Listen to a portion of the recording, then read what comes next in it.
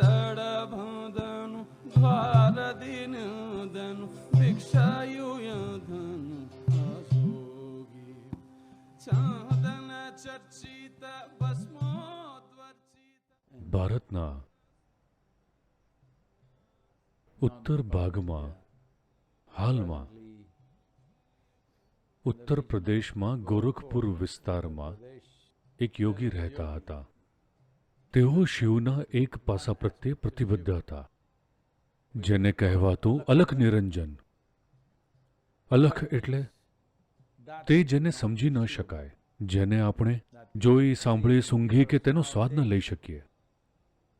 નિરંજન એટલે કે જેનો કોઈ રંગ નથી હોતો, જે રંગ વગરનું છે. તમે આમ પણ તેને જોઈ સાંભળી સૂંઘી કે તેનો સ્વાદ ન લઈ શકો. તે જ વસ્તુ પણ અલખ નિરંજન, શિવ શંભો, એક જ વસ્તુ. તેઓ ઘરે ઘરે ગયા, કેમ કે આધ્યાત્મિક લોકો આવા જ હોય છે.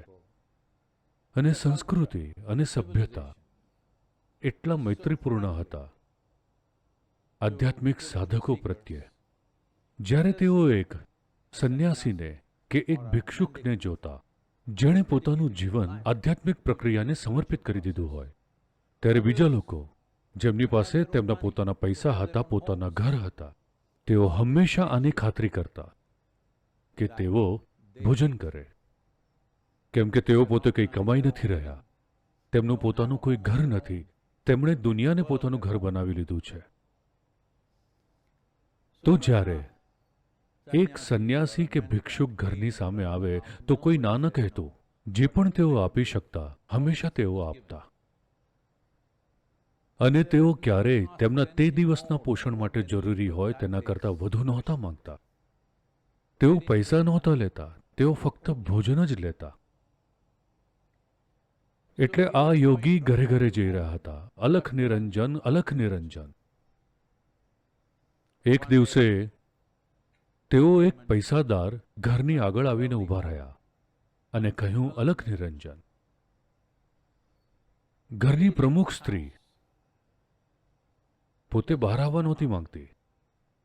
તેણે પોતાના ઘરની નોકરાણીને મોકલી, તેમને કોઈ અનાજ આપવા માટે, જેથી તેઓ ખાઈ શકે. પણ તે દરવાજાની પાછળ ઊભી રહી અને યોગીની સામે જોતી રહી. તે એક યુવાન સાધુ હતા, મોટી ચળકતી આંખોવાળા, અને આ સ્ત્રી તેમની તરફ આકર્ષિત થઈ રહી હતી. બીજા દિવસે જ્યારે તેઓ આવ્યા અને કહ્યું, અલખ નિરંજન, તે પોતે ભોજન આપવા માટે આવી. અને તેણે આ યોગીની આંખોમાં જોયું અને તેમાં ડૂબી ગઈ. પછી તે ઘરમાં ગઈ અને તેને શરમ આવી. તે એક પરણિત સ્ત્રી હતી અને હું આ શું કરી રહી છું? પણ યોગીની આંખોએ તેના પર પૂરેપૂરો કબજો કરી લીધો હતો. બીજા દિવસે જ્યારે યોગી આવ્યા, તે અનાજ લઈને દરવાજા તરફ દોડી. તેણે યોગીની આંખોમાં જોયું, એમને અનાજ આપ્યો અને કહ્યું, હું તમારી આંખોમાં ખોવાઈ ગઈ છું. હું તેમાં ડૂબીને ગાયબ થઈ શકું છું. ખરેખર હું થઈ ગઈ છું પહેલેથી જ. યોગીએ કહ્યું, અલખ નિરંજન, અલખ નિરંજન, અને જતા રહ્યા. બીજા દિવસે તેઓ ફરીથી આવ્યા અને તેમણે કહ્યું, અલખ નિરંજન. તે દરવાજા પર આવી અને તેમની પાસે એક થાળી હતી. અને ગઈકાલે તમે કહ્યું હતું, તમને મારી આંખોથી પ્રેમ છે, હું તેમને લઈ આવ્યો છું. તેમણે તેમની આંખો બહાર કાઢી નાખી હતી.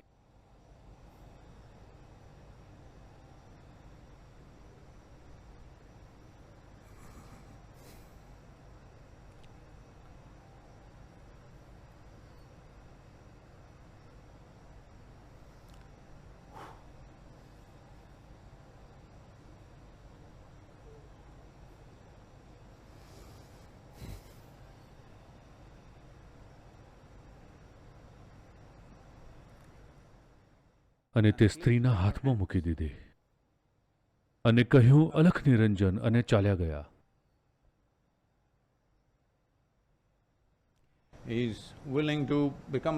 તેઓ આંધળા થવા તૈયાર છે, જેથી તે સ્ત્રીની અંદરની આંખો ખુલી શકે.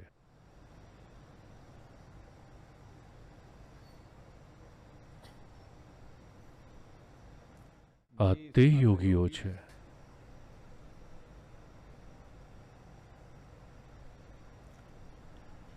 અને દિવ્યદર્શીઓ છે. રામ અલખ નિરંજન.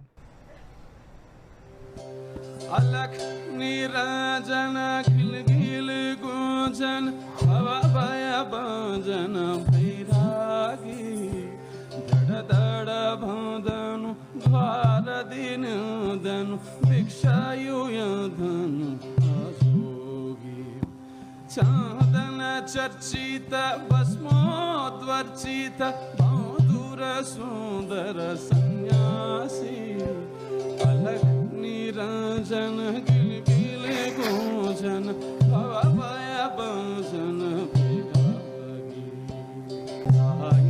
ತೆಗೆದುಕೋ ಎನ್ನುತ್ತ ಜೋಗಿಯು ನೀರೆಗೆ ತಾಳಿಯ ಕೊಟ್ಟಿದ್ದ ತಾಳಿಯ ತಲೆದಳಿ ತಳತಳ ಹೊಳೆಯುವ ಕಣ್ಣುಗಳೆರಡೂ ಇಟ್ಟಿದ್ದ ತಾಯಿಯೇ ನಿನ್ನಯ ನಿನ್ನಯ ಕಣ್ಣಿನ ಬಣ್ಣನೆ ಮಾಡಿದ್ದ ಗರತಿಯ ಗೋರಿಯ ಕೊಟ್ಟಿದ ತೊಗಳಿನ ಆ ಕಣ್ಣಿದ್ದಿದು ಅಲಕ್ ನಿರಂಜನ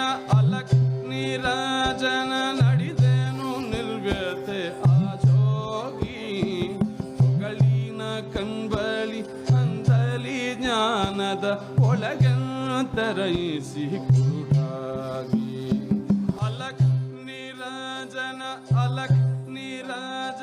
ನಡೆದೇನು ನಿರ್ವ್ಯತೆ ಆ ಜೋಗಿ ಹೊಗಳಿನ ಕಣ್ಬಲಿ ಅಂತಲಿ ಜ್ಞಾನದ ಒಳಗಂತರಯಿಸಿ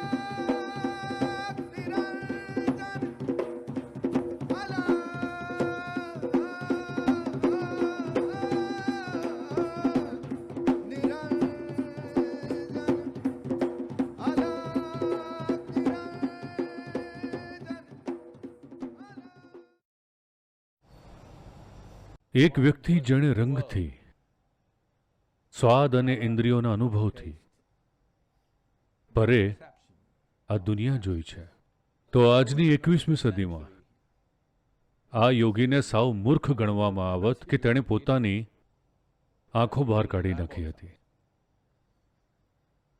અને જીવન એવું જ છે.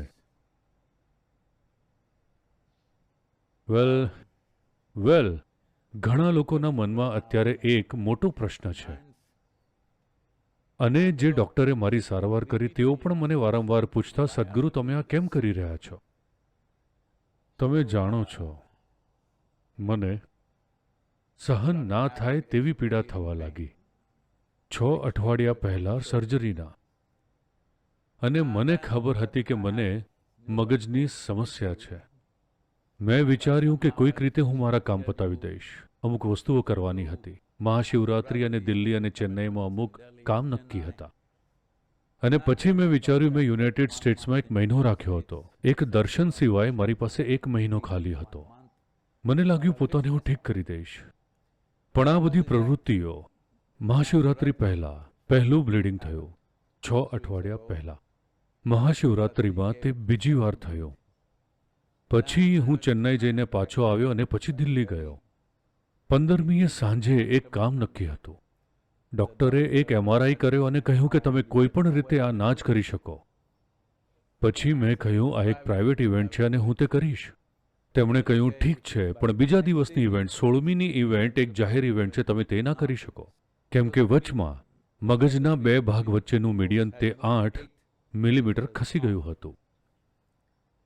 12 mm એટલે જીવલેણ. તો મેં કહ્યું, ના, મારે આ કરવું જ પડશે. તો મેં એ ઇવેન્ટ કરી. તે 45 મિનિટની ઇવેન્ટ હતી. 45 મિનિટ થતાં મારો ડાબો પગ વિચિત્ર વર્તન કરવા લાગ્યો હતો.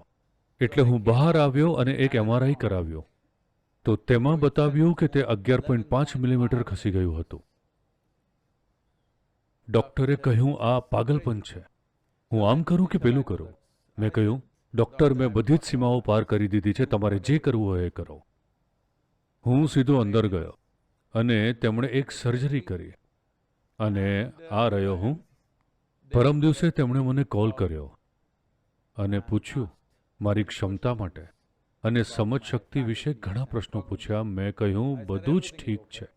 તેમણે કહ્યું આ અસાધારણ છે, 4 અઠવાડિયામાં આટલી રિકવરી. વેલ, જ્યારે મેં જોયું કે મારો ડાબો પગ વિચિત્ર વર્તન કરી રહ્યો છે, મને ખબર હતી તે ચોક્કસથી જીવલેણ હોઈ શકે છે, તે સરળ છે. પણ તમને કદાચ ડાબી બાજુમાં લકવો થઈ શકે છે, તે એક સામાન્ય વસ્તુ છે. અથવા તમે અવાજ ગુમાવી શકો છો કે તમે તમારી દ્રષ્ટિ ગુમાવી શકો છો. હું થોડોક દ્રષ્ટિ ગુમાવવા બાબતે ઠીક નહોતો. પછી 1 મહિના પહેલા આ જર્મન છોકરી આશ્રમ આવેલી, જે જન્મથી જ અંધ છે અને તેણે ભારતીય સંગીત અને ભારતીય જાપ શીખ્યા છે અને તે અદ્ભુત ગાય છે. અને મેં તેના વિશે વિચાર્યું કે આ છોકરી જન્મથી જ અંધ છે અને તે આટલી આનંદિત છે. મને લાગ્યું કે કદાચ તે ઠીક રહેશે. હું ઈચ્છું છું કે તમે તેને જુઓ.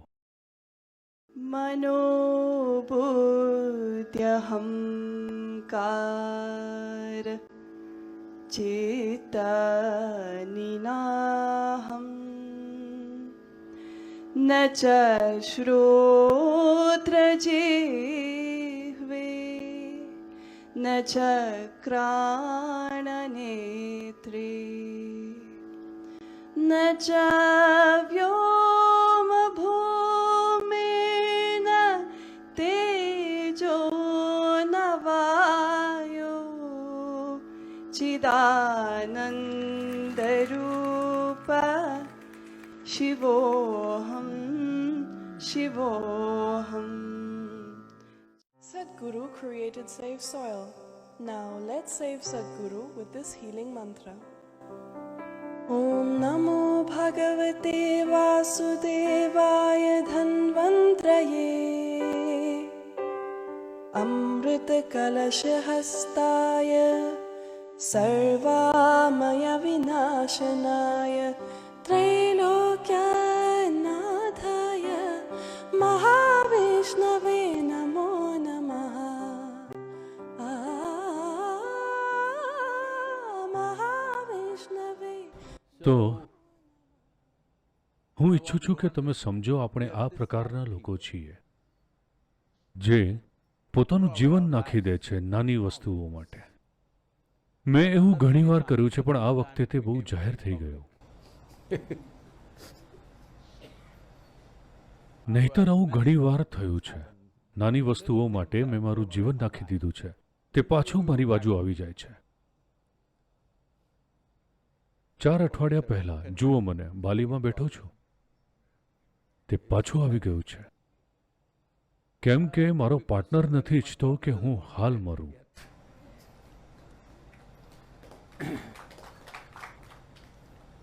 પણ જો તમે પોતાને બચાવવાનો પ્રયત્ન કરો છો તો તમે જીવનની કિંમત નથી જાણતા.